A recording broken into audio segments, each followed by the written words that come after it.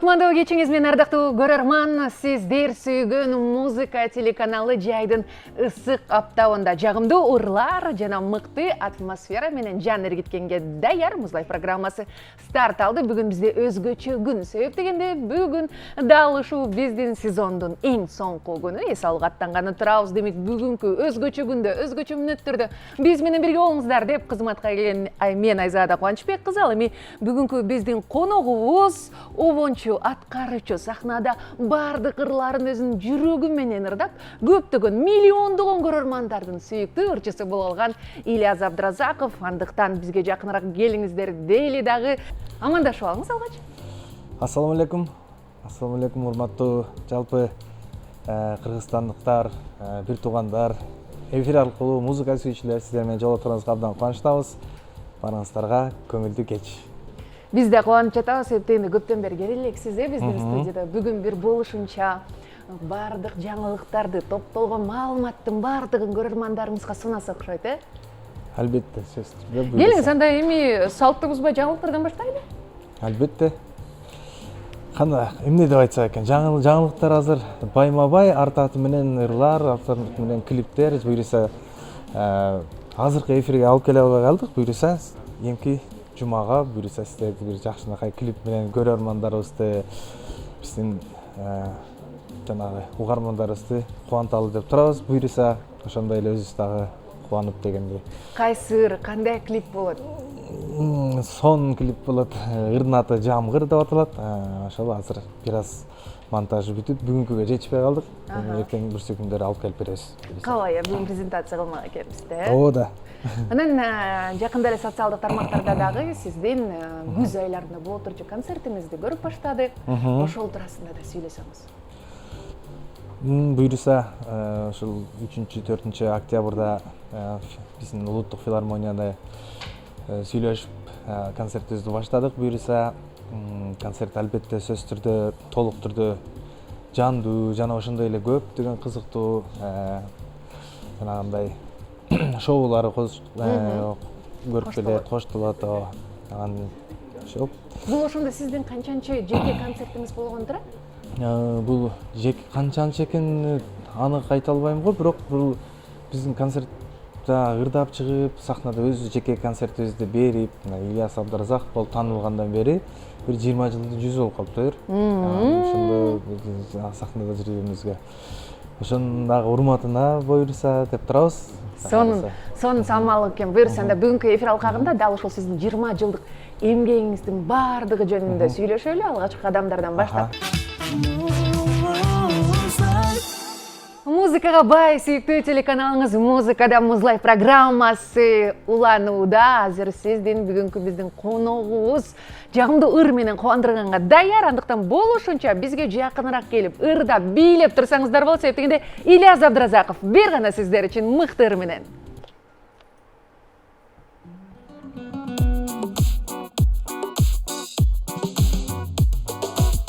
Бажырайып күз сөңгүнгө окшойсуң, балкып кетем мезгилимен жоктойсуң, башка жанга ыра көрбөймүн сени, айтчы жаным кимди ойлойсуң, сага жаным байландым, сага жипсиз байландым, сени сүйүп сендирим, сени гана тандадым, сага жаным байландым, сага жипсиз байландым,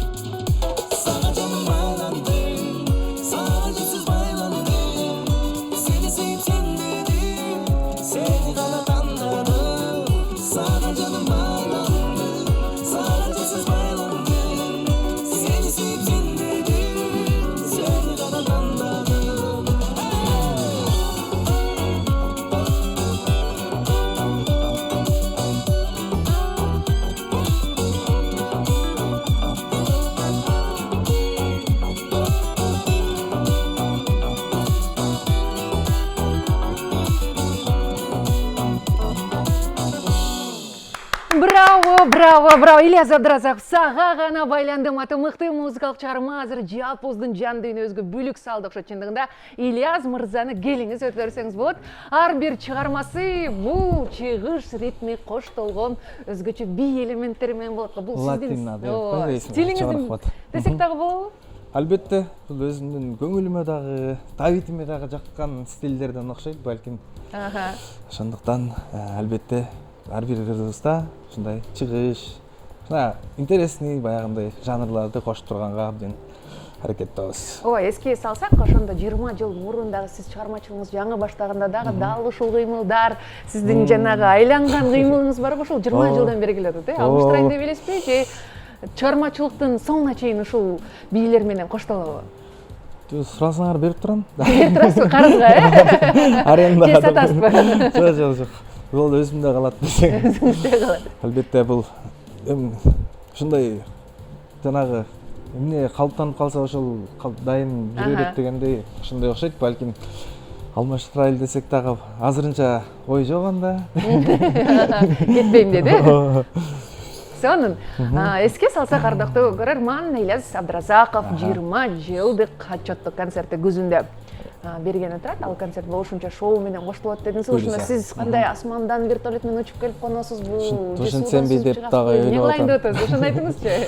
Асмандан учуп келсемби деп, суудан чыгып, жердин астынан чыгып келсекпи деп деле. Негизи болуп көрбөгөндөй баягындай кызыктуу нерселер. Себеби биздин концерт кое элебизге да бир 10 жылдын жүзү болуп калыптыр. Эсептеп карасак 10-11 жыл болуп калыптыр. Ошондуктан эртерээк эле даярданып, эртерээк эле даярданып, бир жакшынакай бир шоу болуп көрбөгөндөй кызыктуу нерселерди өткөргөнгө аракет кылабыз. Ильяс мырзаны таптакыр биз көрүп жүрбөгөндөй, биз элестетпегендей стилде кийинип, дал ошондой стилде ырдап чыгаарын күтө берсек болобу? Албетте, сөзсүз түрдө. Өзүңүз эле болобу же коноктор дагы болобу? Коноктордон дагы болот, албетте, коноктор дагы болот, дуэт ырдаган коноктор болот. Дагы көп нерселер азырынча айтылбайт турат,сын. Себеп дегенде баягы көбүнчө жанагы азыр биз ырларды ошолорду даярдап жүрөбүз, баягы жандуу аткаруу менен. Анан концерттин дагы өзүнчө организаторлор бар. Ошолор ал жагын дагы караштырышат. Ошо конокторду, сахнанын шоуларын, көптөгөн жанагындай жоопкерчиликтерин баары ошолордун да мойнунда. Демек, азыр ошондо сиз менен биз интрига кылып коюп күттүртөт экенбиз да, көрөрман. Ооба да. Сонун, анда дал ошол октябрь айларында дедиңиз, өткөрүп жүрбөңүз дейли дагы бүгүн ошол отчеттук бир 20 жылдык отчеттук бир эфир болсунчу. Келиңизде тарыхка кайрылабыз, сиздин алгачкы кадамдарыңыздан баштайбыз. Менин эсимде ошол нерсени кичинекей кезинде, мектеп окуучусу болгон кезде, ошондо бизде күндөлүктүн сыртында ырчылардын сүрөттөрү болгон, бул мода болчу ошол учурда. Эсиңизде барбы сиздин? Ооба. Менин күндөлүгүм бардыгында эле сиз болчуңуз. Да. Ооба. Анда деле ошол боюнча, азыр деле ошол боюнча. Келиңиз, ошол кайсы жылдары болгон алгачкы сахна? 2006 жылы болгон. Бул биринчи өзүбүздүн концертибиз. Ошол айында дагы биринчи чыгармачылыкта ошол концертти ошол октябрь айында койгон экен мурун дагы. Анан ошол жылдары биринчи чыгармам жаралган.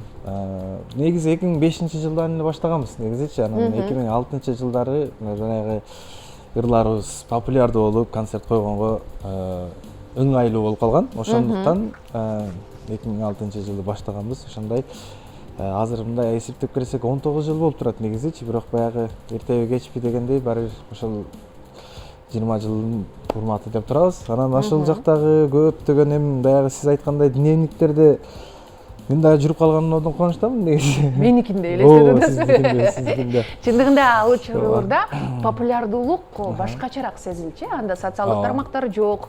Ошондой гастролдоп, ар бир Кыргызстандын ар бир аймагына, айылдарына барганда ырчыларды күткөн эл дагы башкача болчу, Ооба. Сизде ошондо бир туу чокусу кайсы жылдары болду эле популярдуулуктун? Жана сизге кандай сезилген ал? Да. Бизге негизи эң биринчи сахнага чыгып, ошол биринчи концерттерибиз негизи абдан кызыктуу болгон деп айтсам болот. Себеп дегенде биз өзүбүздүн үчүн дагы бул чоң ушул сценада Бишкек калабыздын, Борбор калабыздын чоң бир сценасында концерт коюу бул биздин үчүн ар бир эле ырчы үчүн болсо керек, бул мечта болсо керек, баягындай кыялдардын бири дегендей. Ошондуктан ошондо мага эң бир кызыктуу болгон, андан кийин деле азыркыга чейин деле бир баягы бир жаңыр чыгарабызбы, дагы бир жаңы жетишкендиктерге жаңы клип тартабызбы, ошонун баары эле биз үчүн жанагы десем ар бир нерсе өзүнүн кызыктуулугу менен келе жатат, ошондон элечи. Бирок туу чокусу деп ошол биринчи жыккан жылдарыбыз баягы сиз айткандай болсо туура болобу ошондо? Кайсы жылдары ошондо? 2006 жылы. 2006, по-моему, 2007 жылы деле биз кайра концерт койгонбуз, баягындай жандуу койгонбуз тоже. Аябай бир концерттин аягына чейин жандуу болгон. Бирок баягы бат-бат концерт койгондуктан ырларыбыз жаңыланбай калып эле, ошол эле кайра ырлар концерт ырдап калып, анан кийин кичине бир жылда 5-6 айдан кийин коюп туруш керек экен, жок дегенде 2 жылдан деп, анан ошентип анан келе атабыз. Буюрса мына кайрадан дагы бир концерт койбойбуз деп алдында турабыз. Буюрса эми 20 жыл болуп калса дагы эми ошол илгерки бала кезибизге караганда азыр бир аз болсо дагы. Азыр ушул жерден тынып туралы. Көрөрманыбыз бар экен, суроосун даярдап келген, Саламатсызбы? Алло, сиз байланыштасыз. Кош келдиңиз. Саламатсыздарбы? Саламатчылык, келиңиз, кандайсыз, жакшысызбы? Ден соолуктарыңыз? Мен Ильяс Бекеге суроом бар болчу. Болот бекен. Болот, албетте келиңиз. Сиздин чыгармачылыгыңызды абдан сыйлайбыз. Кыргыз эстрадасында өзгөчө ордуңуз бар. Рахмат. Баягы ачылардын сап башына турган ачылардын бирисиз. Анан мен суроом төмөндөгүчө.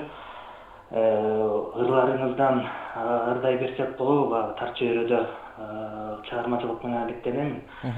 Сен жандарыңызды ырдасам болобу? Анан да экинчи суроом. Студияңызга ырдастырсак болобу? Же андай жагын токо ырчыларга эле жаздырасызбы? Ошону билейин дегенмин. Суроом. Чоң рахмат. Алдыдагы концертиңизге ийгилик, чоң рахмат. Сизге дагы чоң рахмат. Көйгөйдү суроону кабыргасынан койгон экен. Көрөрманыбыз, келиңиз, жооп болсун сизден. Кана айтыңызчы, эми ачыгын эле. Негизи албетте ырдаган жана ырдайм дегендер болсо каршылык жок. Себеп дегенде баягы биз деген ырды чыгаргандан кийин бул элдер ырдасын, уксун, дагы болсо бийлесин, же болбосо да ушу көп колдонулганга чыгарылган да. Ошондуктан ырдасаңыздар да болот албетте. Кайсы жерде болбосун, биз эч жокта каршылык көрсөтпөйбүз. Буга бизден сурабай деле ырдап жүргөндөр толтура негизичи. Ооба, негизи бир ооз сурап койсо. Бир ооз сурап койгондор дагы болсо, негизи кээ бирлерди көрүшүп, так ар бир нерсени айтып түшүндүрүп берип коем негизи телефондон дагычы. Анан жанагы айтып өткөндөй эле атактуу ырчылардан башка деле жаза бересизби дегенге албетте жаза беребиз. Атактуу ырчылардан баштап атагы эмес ырчыларга чейин. Айтор, ардактуу көрөрман, келе бериңиз.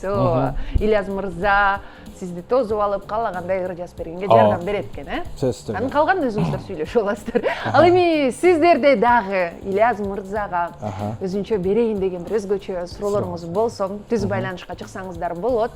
Албетте биз сиздерге экранга жазылып турган номерлерди эстетиз, байланышка чыгып сурооңузду бере бериңиз. А биз болсо токтогон жерден уланталы, ал учурда деп калдыңыз эле, баардыгы башкача эле деп. Жок, эми баягы биз жаңыдан кадам таштаган. Азыр эми мына ушул КТРдин ичинде да биздин студиябыз бар болчу, ушул жерден ырларыбыз жазылат эле, Нурдунбай экебизден. Ал жерде мен дагы аранжировка жасап, ырлар менен иштеп калдым. Анан ошол азыр эми баягы канчасы дагы ошол 20 жыл дагы стаж болуп калды дейт го. Балким азыр тажрыйба, балким азыр андан дагы бир көбүрөөк бир жакшыраак бир концерттерде же болбосо ырларда ошондой жеткире алчудай бир эме болсо керек деп ойлойм негизичи. Бирок эми буюрса анын баарын алдында көрөбүз. Болор иш жанагы эмне деп коет, алдындагы иште азыртан эметпей турабыз. Бирок ошол 20 жылдын ичинде нечендеген кызыктуу окуялар өттү. Ошолордун айтыңызчы энди. Охо десе, кайсы бирин айтайын? Эң кызыктуусун эсте калганын айтыңыз. Эң биринчиси негизи ушул мурун көбүнчө ошо концертте клубтарда коюлчу эле. Азыр эми башкачараак болуп калды, бир аз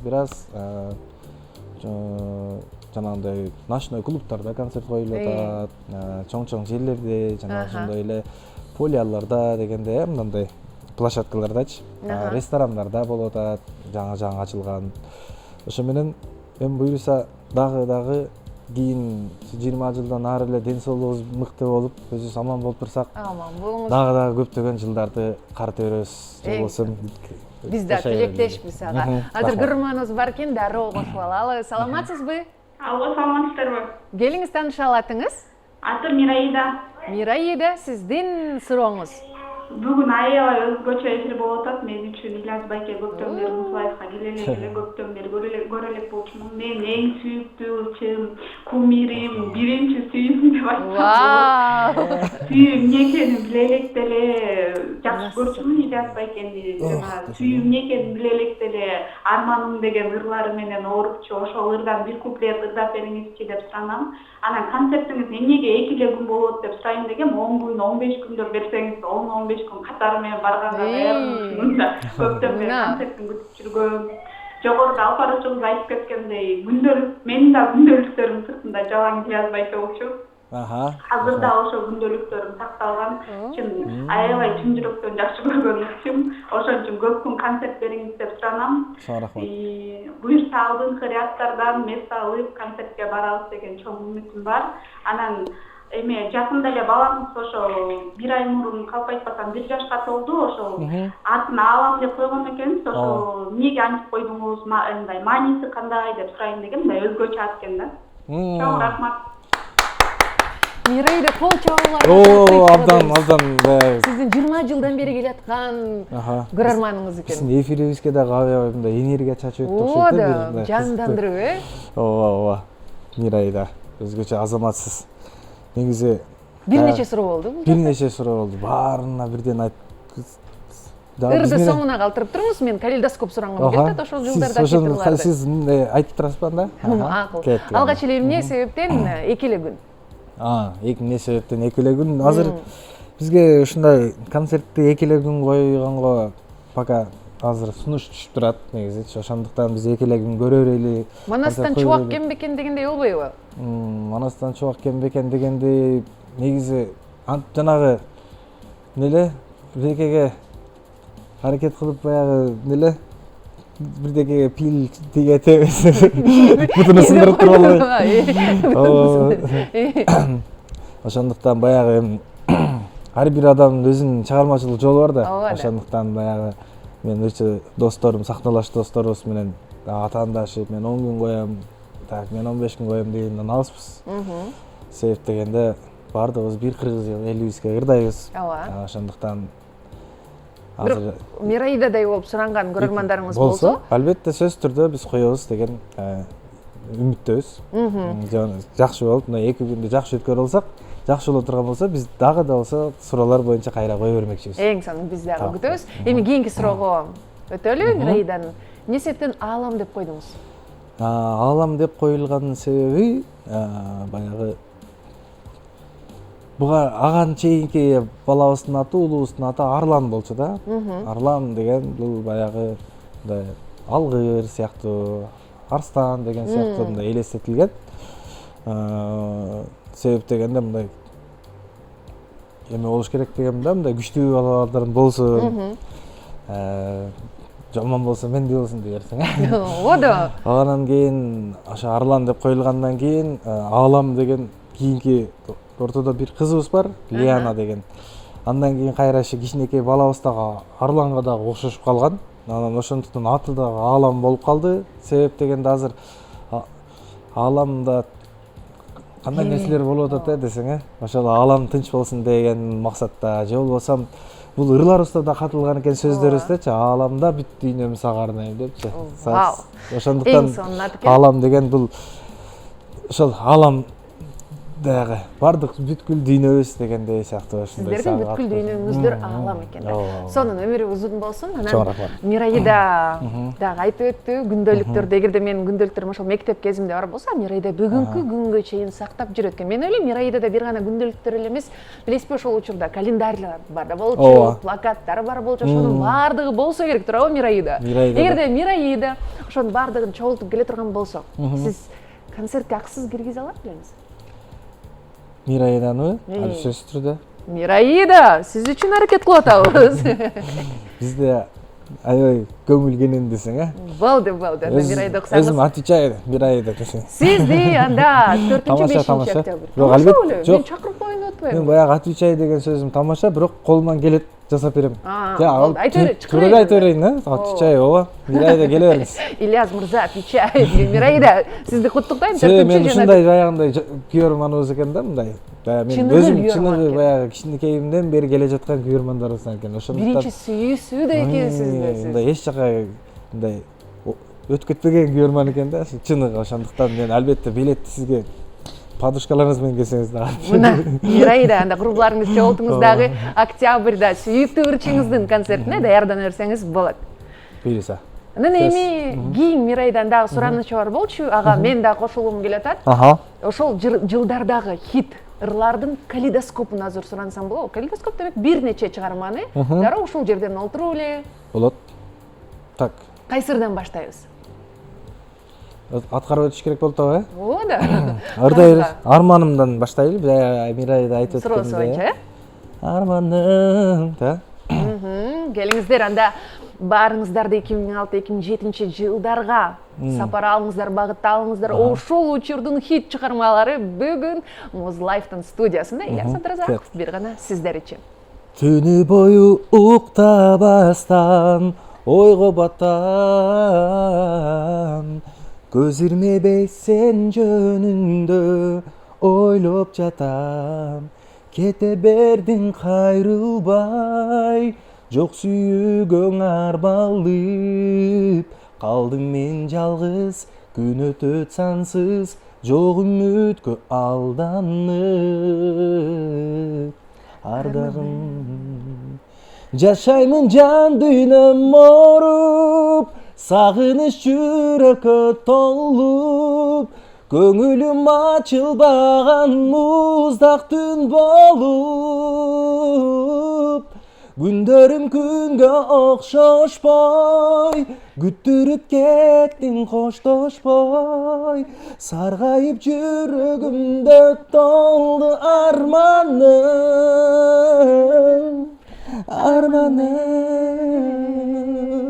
Браво! Кийинки чыгарма?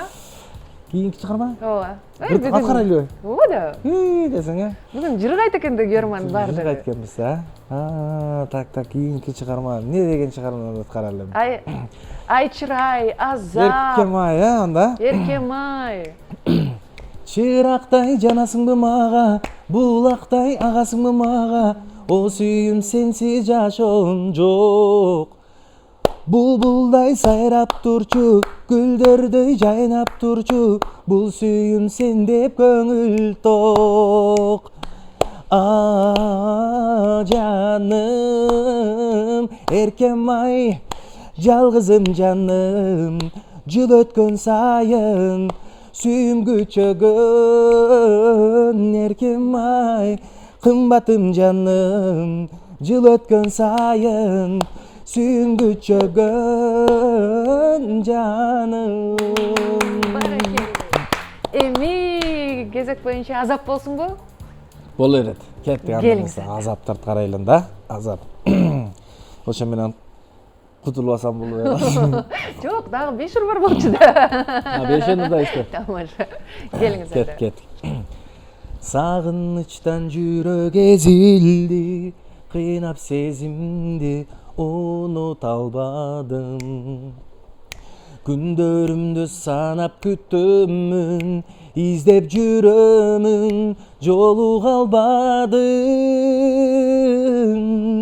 Бүтпөс өмүрдүн терип гүлдөрүн, сени сүйөмүн, аламда бүт дүйнөмдү сага арнайм.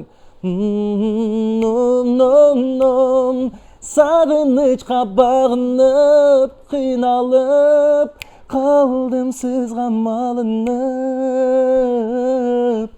Азаптарга кабылып, муздак түндү жамынып.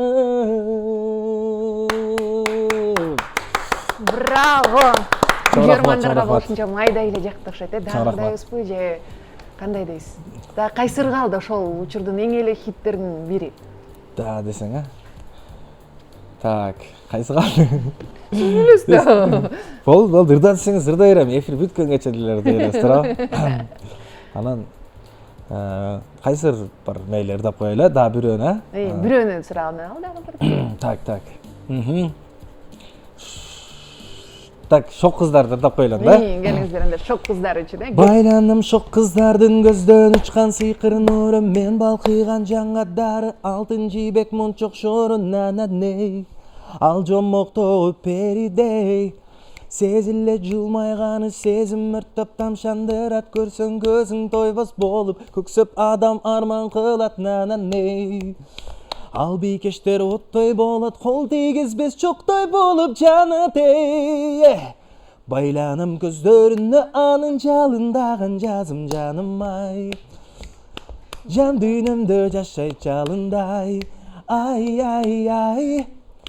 Айланым ак жүзүнө анын жымыңдаган жазым жаным ай.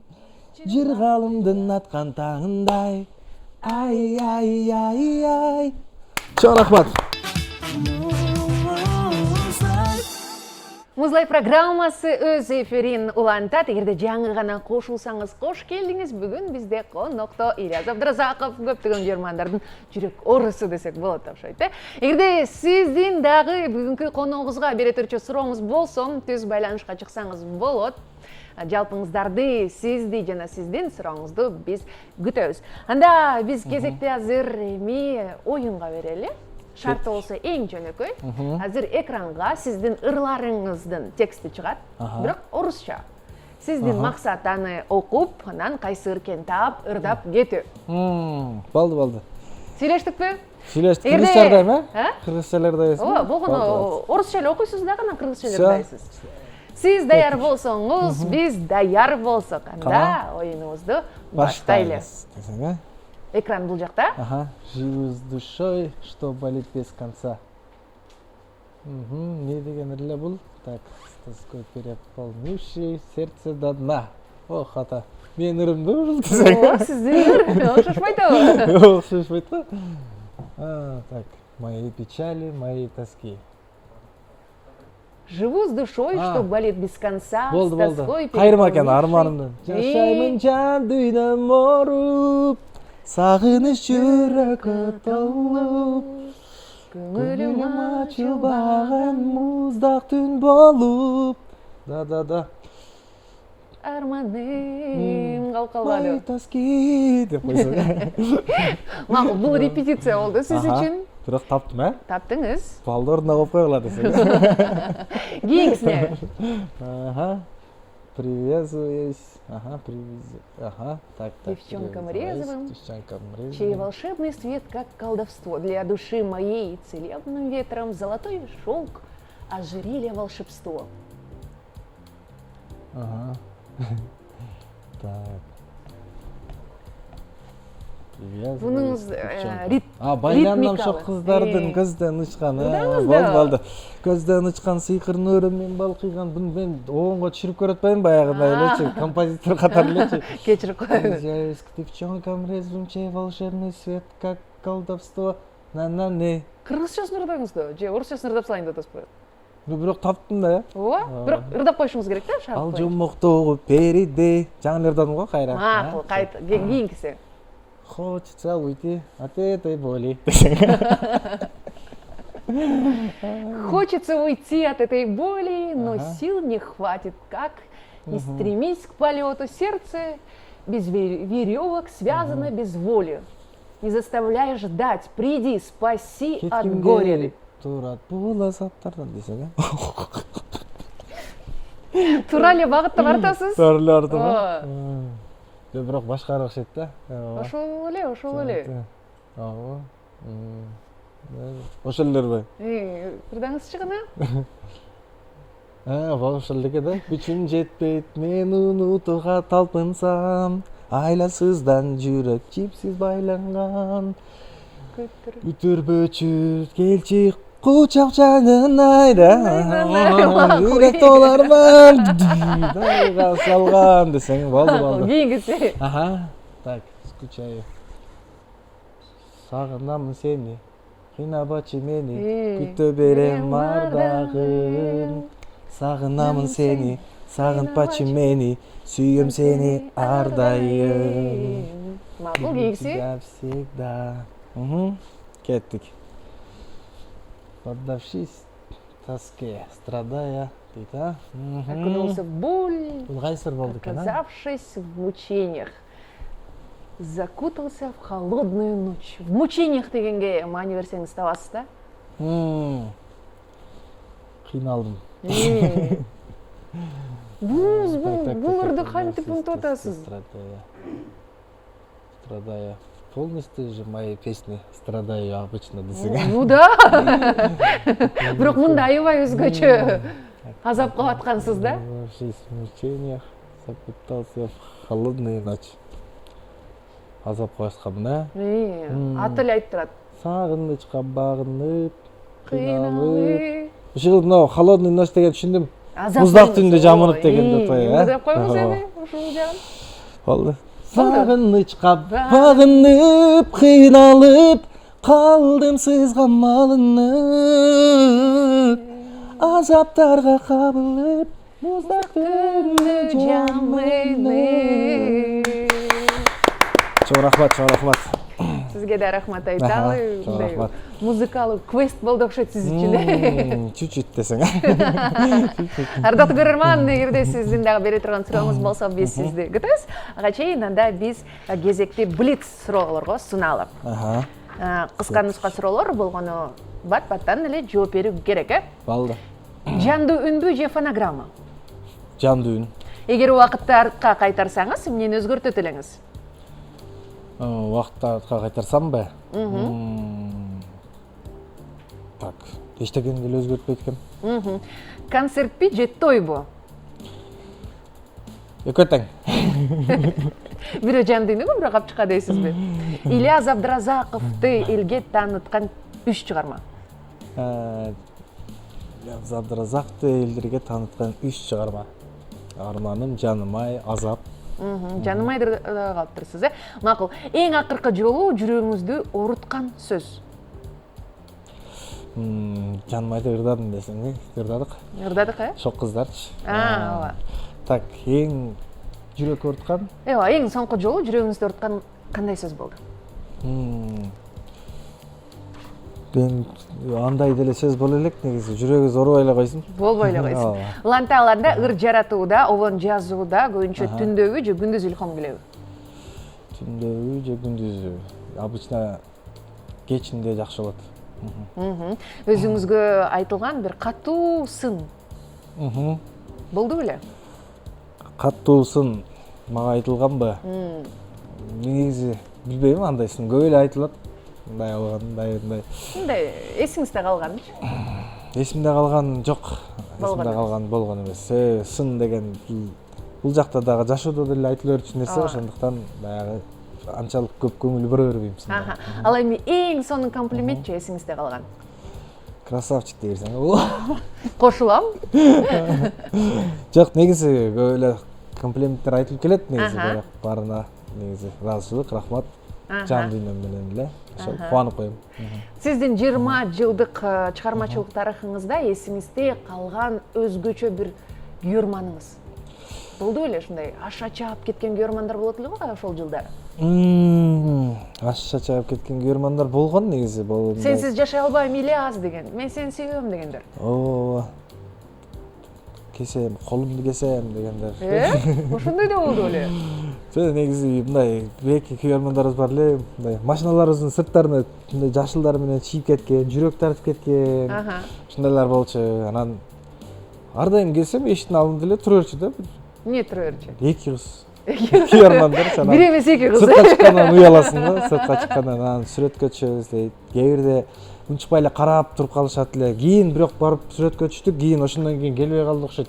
Сүрөткө түшөбүз. Бирок ага чейин келе беришчи, анан ошондо ошол эмне болду экен азыр ошол кыздар десең, э? Салам айтып коелу, ошол кыз бизди көрүп турмушка атты. чыкты десең. Кийинки суроо мындайча жаңырсын. Кайсы сөздү эч качан айтпайм деп коюп эле күнүмдүк жашоодо көп колдоносуз? Жакшы. Кайсы суроо? Кайсы сөздү көп колдоносуз? Айтпайм деп коюп эле. жак кайсы сөздү көп колдонот экен негизи азыркы учурда бирок көп эле сөздөрдү кайталанма сөздөр көп колдоно элекмин дегенде баягы концертке даярданып ыр чыгармалар менен даярданып ар бир сөздөрүбүздү талдап баягындай адептүүлүк менен маданияттуулук менен демек азыр андай сөздөр жок экен да. азыр андай сөздөр жок нормально. Макул. Кайсы ырды кайталап ырдагандан тажабайсыз? Мен азыр ырлардын баарын эле жакшы көрөм. Өзүм чыгаргам, өзүм баягы кайталап ырдагандан тажабайм. Ошол уккандан да тажабайм дегендей. Демек өзүңүздүн ырларыңыз. Балдарыңыздан уккан эң таттуу сөз. Эң таттуу сөз азыркы кичинекей бөбөгүбүз, баягы 1 жашарга жеткен бөбөгүбүз ушу биринчилеп ата деп айтып болуш керек. Биринчи сөз, Ооба, биринчи сөз ата деп ошондуктан апасы дагы эметип калат го. Негедир ата деп баштады деп. Ошондуктан баягы эң кулакка жагымдуу, баягы балдарымдан уккан ширин сөздөр ушул болуш керек. Кийинки суроо мындайча жаңырсын. Ильяз Абдыразаков дегенде эл эмнени эстеши керек? 3 сөз менен. 3 сөз мененби? Эмнени эстеш керек экен? Азыр баягындай эмне деп айтсам экен, билбейм. Азыр ким кандай эсимде, кандай болуп атканында баягы негизи мындай Ильяз Абдыразаков дегенде эле элдин алдына эмне элестетиш керек? 3 сөз менен айтсаңыз. Красавчик дегенсиң. Биринчиси макул, экинчиси жакшы бала, жөнөкөй. Үчүнчүсү адамгерчиликтүү десең, Үчүнчүсү эмне? Үчүнчүсү шаңдуу ырларга баягындай эмнени тиякта бирөө көрсөтүп атпайбы мындай кылып. Жардамчыңыз көрсөтөт атабы? Ошентсе анан мен туура эмес. Шаңдуу ырларды элестетиш керек. Сахнада бийлеп алып жүрүштөрү менен болду, эми түшүндүм. Демек Ильяз Абдыразаков дегенде биринчи кезекте эле красавчик, экинчиси жөнөкөй, үчүнчүсү бийлеп ырдаган сахнада жөн эле турбай, баягы ар дайым кичинекейимден бери өзүңүз айтасыз го, бийлеп фуктуп айландың дедиңиз го, ошол. Ошону элестетиш керек. Сонун экен. Улантабан да. Азап ыры өзүңүздүн жашооңузга байланышканбы? Ошол жылдардагы жашооңузга тиешеси барбы? Жылдардагы жашоого тиешеси жок. Тиешеси жок. Макул. Кайсы учур сизди эң көп өзгөрттү жашооңузда? Жашооңуздун кайсы учуру сизге көптөгөн өзгөрүү алып келди? Так, эң көп учуру кайсы учуру? Негизи жашоодо кайсы учур өзгөрүү алып келди десем болот. Баягы бул жеринде ойлонуп чыгыш керек экен. Ойлонуңуз макул. Көп ойлонуш керек Азыр болду. айтыш керек болду. Ооба, азыр айтыш керек болду. Суроону кайра айтсаңыз. Жашооңуздагы өзгөрткөн бир кайсы учур болду? Көп өзгөрүү алып келген жашооңузга. Кайсы учур, кайсы ситуация, эмнеден улам жашооңузда өзгөрүү пайда болду? Мен үчүн жашоо өтө деле өзгөрүлө элек негизи. Ошол боюнча эле. Ошондой эле экен негизи. Бирок баягы чоңойдук, үй бүлөлүү болдук, бала чакалуу болду. Демек ошондо кайсы учурду айта аласыз? Жашооңузга көп өзгөрүү алып келди деп. Демек вообще өзгөрүп атпайсыз. Мен дагы эле красавчик боломун деши. Макул, кабыл алдым. Жок деп. Чыгармачылык болбогондо кайсы кесиптин ээси болмоксуз? Чыгармачылык болбогондо? Чыгармачылык болгондо. Буга ойлош керек эмеспи? Жок, чыгармачылык болмок эмессизби? Билбейт экенмин. Чыгармачылык болгондо эмне болмок экен? Негизи жигиттерге, эркектерге тиешелүү жумуштардын баарын эле аткарып кете алам деп жанагындай шыктуу элебиз, бирок анан эмне деп койчу экен? Анан ошол эмне жумуш келсе, жанагы жашоо көрсөтөт го. Ошо кандай болсо ошол баардык жумушту кылып келе бермексиз. Соңку суроо мындай болсун, 20 жылдан кийинки алдыда Ильяз мырзага азыр эмнелерди айтмаксыз? 20 жылдан кийинки Шалышабыз десең. Азыр элестеттиңиз, чалып атасыз Ильязга 20 жылдан кийинки. Эмне деп айтат элеңиз? Тамаша. Мен Ильяс Абдыразаковго эмне деп айтмакмын эми, карасам мен баягы токтоо, эми баягы акылдуу болуп, ыймандуу болуп, жакшынакай жанагы баардык ушул азыркы учурда же жаштык кезде кыялданган баардык иш ойлорду ишке ашырган баягындай красавчик мырза болгон. Макул. Эми элестетиңиз ушул 20 жылды алдыга таштайлы, 2005ке баралы дагы. 2005-жылдагы Ильязгачы азыр эмнени айтат элеңиз? Ага. Ооба. Ошонун баарын айтыш керек болуп атабы. Ооба. Чалыш керек болду. Аларды каяктан таба аласыз?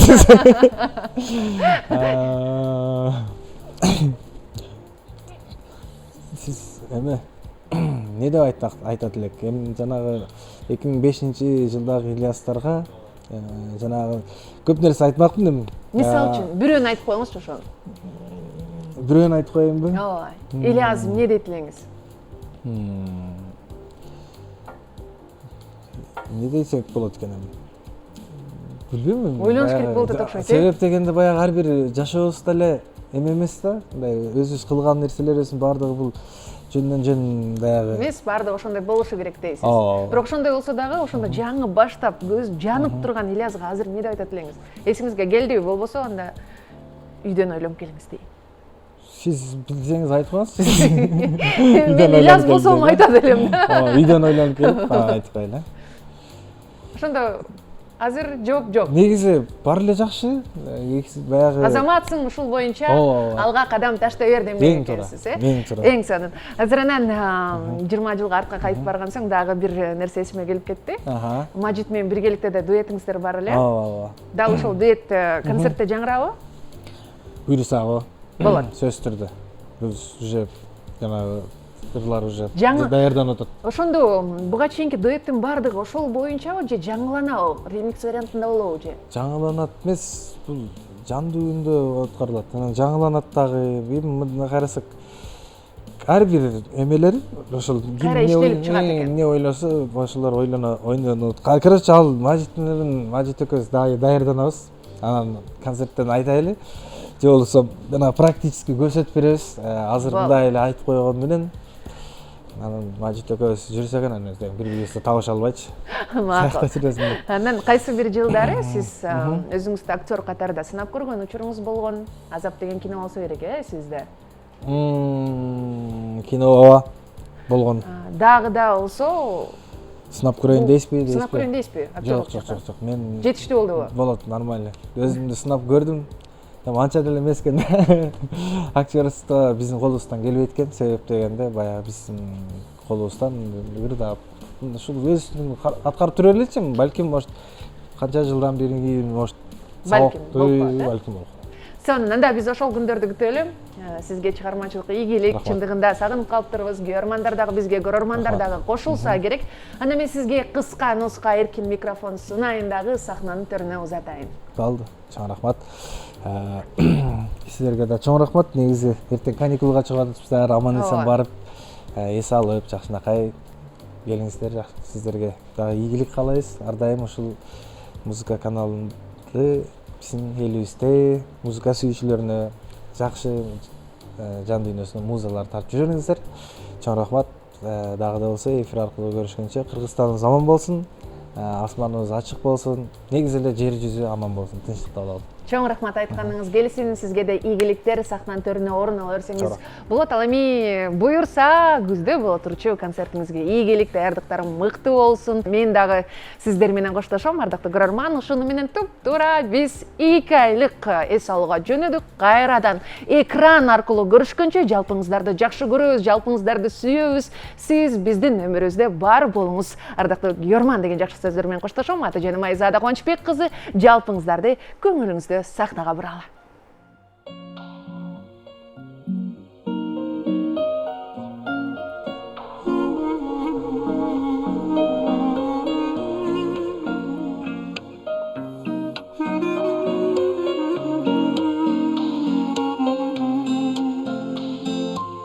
Көтөрүп кол чатырың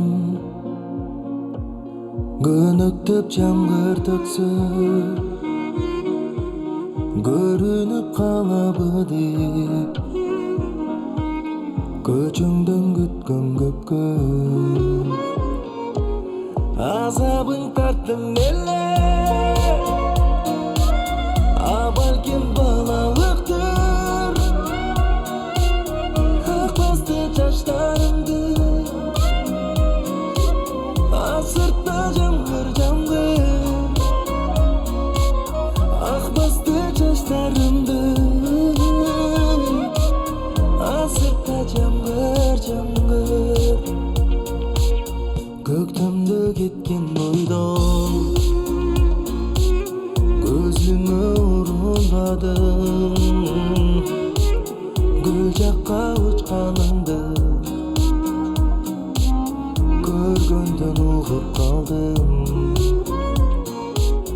канча жаз кезикпестен канча кар басты